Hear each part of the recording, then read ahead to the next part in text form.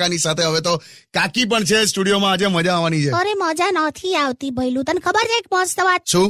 તમને ખબર છે? શું પણ બોલે તો ખબર પડે ને. મને છે ને એક જ્યોતિષે શું કીધેલું? શું કીધેલું? તારા હાથે કોક નિર્દોષ સતત હેરાન થશે એવું કીધેલું? તમે છે તમારા મુદ્દા વચ્ચે ના ઘુસેડો. હાલે આ તો બોલ ફટાફટ. મને જ્યોતિષે એવું કીધેલું કે ટૂંક સમયમાં મને બહુ જ મોટો આર્થિક લાભ થશે. શું વાત છે? એટલે કોઈ લોટરી બોટરી લીધી કે શું? ના ના, આમનો વીમો કરાયો છે ને. એટલે ટૂંક સમયમાં મેં ગુજરી જઈશ એ ટાઈપની તે રજૂઆત કરી? એટલે બીન બેગ જેવી. અરે એવું નહીં, પણ હવે બીજું કઈ આર્થિક લાભમાં દેખાતું નથી એટલે. લા કઈ ટાઈપનું વિચારે છે જો મારા માટે?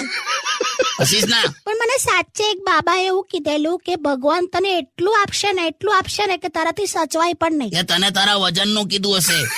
જો સીધા રહેજો. એટલે પણ તું શું પૈસા જો બકા એક વસ્તુ સમજ.